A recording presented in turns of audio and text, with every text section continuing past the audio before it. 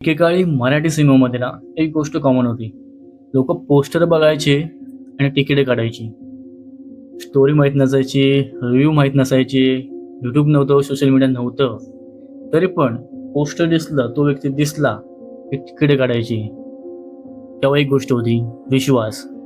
त्या ॲक्टरवरचा, त्या फिल्मवरचा, त्या नावावरचा.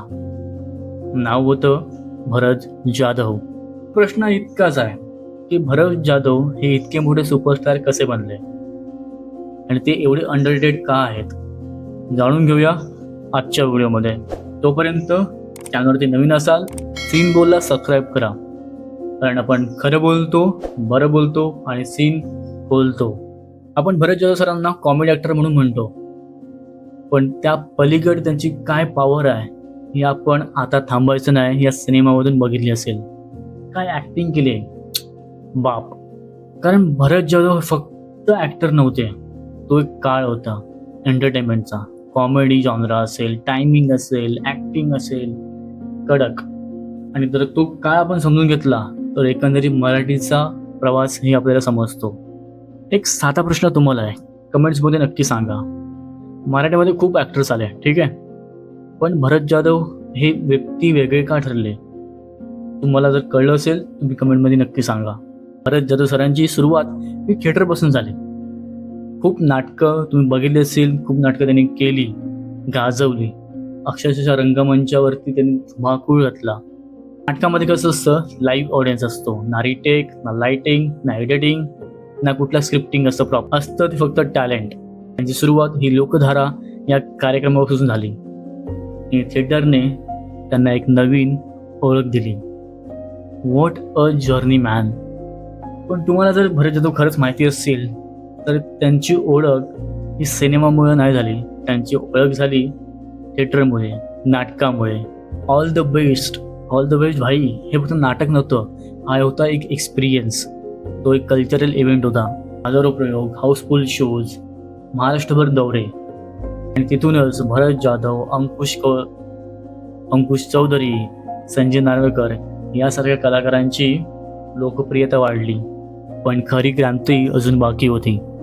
एक ॲक्टरला सुपरस्टार बनवण्यासाठी एक प्रोजेक्ट काफी असतो का, पुरेसा असतो? तुझं उत्तर आहे हो. सही रे सही. काय नाटक, कमाल. त्या नाटकामुळे भरत जाधव सरांचं आयुष्य बदलून गेलं.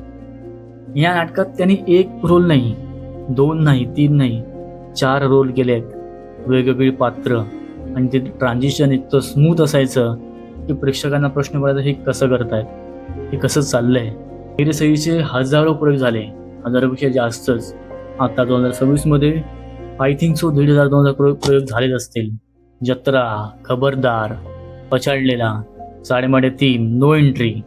लोक मूवी बघायला जायचे कारण भरत जाधव पोस्टरवरती असायचे. ते नाव त्या काळी काफी होतं. हे लक्षण आहे स्टारडमचं. मूवीपेक्षा ॲक्टर मोठा झाला. प्रश्न हा पडतो की आज असं का दिसत नाही?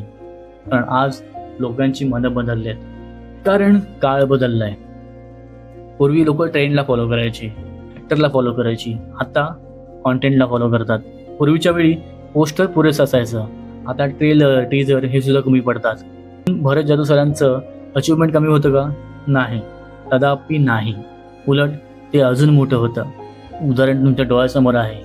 आता थांबायचं नाही. काय बाप ॲक्टिंग केले, मी वारंवार बोलतो. खूप मस्त सटल तरीकेने त्यांनी अभिनय केला आहे.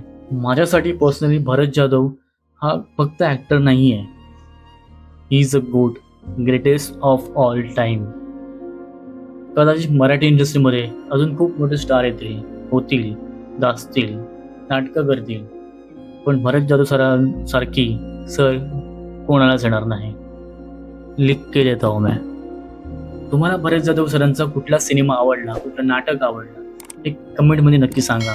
अजून तुम्हाला त्यांच्याबद्दल काय वाटतं, त्यांनी कुठल्या चुका केल्या असेल, कुठल्या गोष्टी चांगल्या केल्या, एक कमेंट बॉक्समध्ये नक्की सांगा. आणि सीन बोलला सबस्क्राईब करायला विसरू नका, कारण आपण खरं बोलतो, बरं बोलतो आणि सीन बोलतो. चला तर भेटूया एका नवीन व्हिडिओसहित, नवीन विषयासहित. तोपर्यंत वेल विशर सायनिंग ऑफ.